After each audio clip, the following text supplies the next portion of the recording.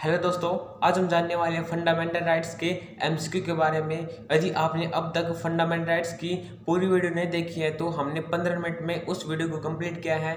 उसका लिंक मैं डिस्क्रिप्शन में दे दूंगा, आप देख सकते हैं। तो आज हम इस वीडियो में ऐसे 15 फंडामेंटल राइट्स के क्वेश्चन के बारे में बात करेंगे जो सभी कॉम्पिटिटिव एग्जाम के लिए इंपॉर्टेंट है। आपके 15 में से कितने क्वेश्चन सही हुए आप कमेंट में जरूर बताना।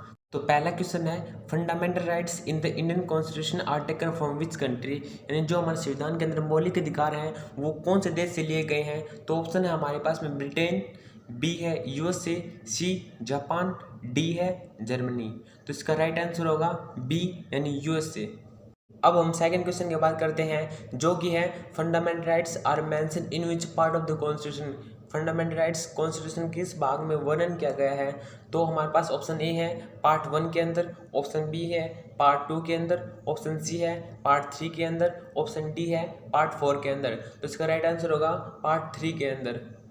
हम क्वेश्चन नंबर 3 देखते हैं जो कि है which articles are related to fundamental rights, यानी आपको ऑप्शन दिए गए उनमें से कौन से आर्टिकल्स फंडामेंटल राइट्स से रिलेटेड हैं। तो हमारे पास ऑप्शन ए है 10 से 32 आर्टिकल्स तक, ऑप्शन बी है 12 से 32 आर्टिकल्स तक, ऑप्शन सी है 12 से 24 आर्टिकल्स तक, ऑप्शन डी है 12 से 35 आर्टिकल्स तक।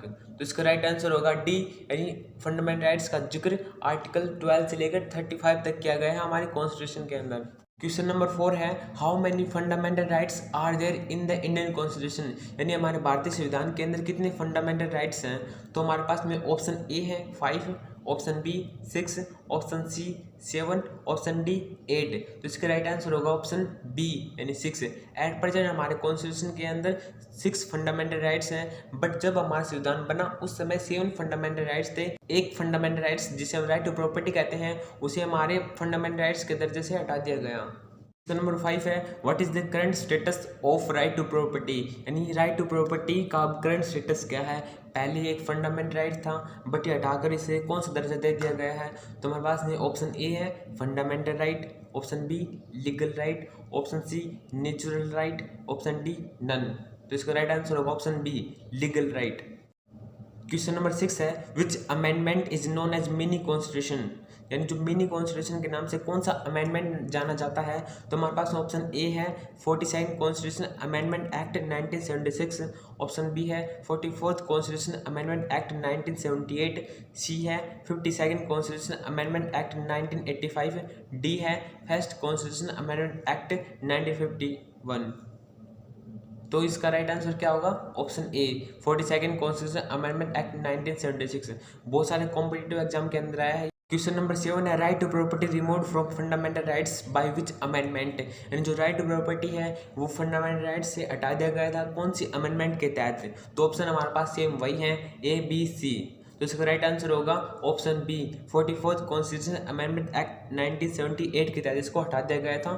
फंडामेंटल राइट्स से क्या बना दिया गया, एक लीगल राइट बना दिया गया। तो हमारे पास क्वेश्चन नंबर 8 है right to property is mention in which article.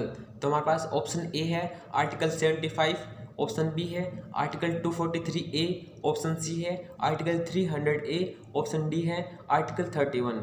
तो मैं आपके लिए बता दूं कि जो हमारे कॉन्स्टिट्यूशन के अंदर जब ये मेंशन किया गया था एज ए फंडामेंटल राइट, जब इसका मेंशन किया गया था आर्टिकल 31 के अंदर। Now it is a legal right, तो इसका मेंशन किया गया है आर्टिकल 300 ए के अंदर, यानी option C is correct. Question number 9 है right to thought considered as, यानी जो राइट टू थॉट किस फंडामेंटल राइट के अंडर आता है। तो हमारे पास ऑप्शन है right to equality, option B है right to freedom, option C है right to freedom of religion, option D है राइट टू कॉन्स्टिट्यूशन रेमेडीज। तो जो राइट टू थॉट आता है वो आर्टिकल 19 के अंदर आता है और आर्टिकल 19 आता है राइट टू फ्रीडम के अंदर, then option B is correct. Question number 10 है definition of state is mentioned in which article, state की डेफिनेशन किस आर्टिकल के अंदर मेंशन किया गया है। तो हमारे पास ऑप्शन ए है आर्टिकल 11 के अंदर, ऑप्शन बी है आर्टिकल 12 के अंदर, ऑप्शन सी है आर्टिकल 14 के अंदर, ऑप्शन डी है आर्टिकल 28 के अंदर। तो इसका राइट आंसर होगा आर्टिकल 12 के अंदर। क्वेश्चन नंबर 11 है child labour is described in which article, child labour के बारे में किस आर्टिकल में बताया गया है। तो हमारे पास ऑप्शन ए है article 23, option B article 12, C article 24, D article 32। तो इसका राइट आंसर होगा आर्टिकल 24। आर्टिकल 24 और 23 में कन्फ्यूज मत होना। आर्टिकल 23 में जो बगैर वगैरह उससे रिलेटेड प्रोविजंस दिए गए हैं और आर्टिकल जो 24 उसमें चाइल्ड लेबर के बारे में प्रोविजंस दिए गए हैं। क्वेश्चन नंबर 12 जो कि बहुत सारे कॉम्पिटिटिव एग्जाम में अभी तक आ चुका है। तो ये क्वेश्चन क्या है, which article is known as soul of the constitution, यानी सोल ऑफ द कॉन्स्टिट्यूशन संविधान की आत्मा किस आर्टिकल को कहा जाता है। तो हमारे पास ऑप्शन ए है article 29, option B article 21, option C article 24, option D article 32। तो इसका राइट आंसर होगा आर्टिकल 32। यदि हम बात करें इसका क्या नाम है, राइट टू कॉन्स्टिट्यूशनल रेमेडीज, और इसे संविधान की आत्मा किसने कहा था, तो डॉक्टर भीमराव अंबेडकर ने इसे सोल ऑफ द कॉन्स्टिट्यूशन कहा था। क्वेश्चन नंबर 13 है, right to life and personal liberty is mention in which article. Right to life यानी जीवन का अधिकार और व्यक्तिगत स्वतंत्रता किस आर्टिकल के अंदर मेंशन किए गए हैं। तो हमारे पास ऑप्शन ए है आर्टिकल 19, ऑप्शन बी है आर्टिकल 21, ऑप्शन सी है आर्टिकल 20, ऑप्शन डी है आर्टिकल 29। तो इसका राइट आंसर होगा आर्टिकल 21। क्वेश्चन नंबर 14 की बात करते हैं, जो यूपीएससी एग्जाम का PYQ है, जो कि यूपीएससी एग्जाम में पहले आ चुका है। ये क्वेश्चन क्या है, abolition of untouchability comes under which fundamental rights, यानी जो छुआछूत की समाप्ति किस मौलिक अधिकार के अंतर्गत आता है। तो हमारे पास ऑप्शन ए है right to equality, option B है right to constitutional remedies, option C है right to freedom, option D है राइट टू एजुकेशन। तो अबोलिशन ऑफ अनटचेबिलिटी की बात करें, ये आर्टिकल 17 के अंदर आता है, और आर्टिकल 17 आर्टिकल जो फंडामेंटल राइट है राइट टू इक्वलिटी के अंदर आता है। तो ऑप्शन ए इज करेक्ट।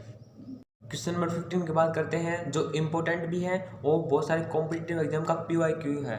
तो ये क्वेश्चन क्या है, who is known as the father of the Indian constitution. तो संविधान का पिता किसे कहा जाता है। ऑप्शन ए है doctor Bhimrao Ambedkar, option B है doctor Rajendra Prasad, option C है पंडित जवाहरलाल नेहरू, ऑप्शन डी है महात्मा गांधी। तो इसका राइट आंसर होगा option A doctor Bhimrao Ambedkar.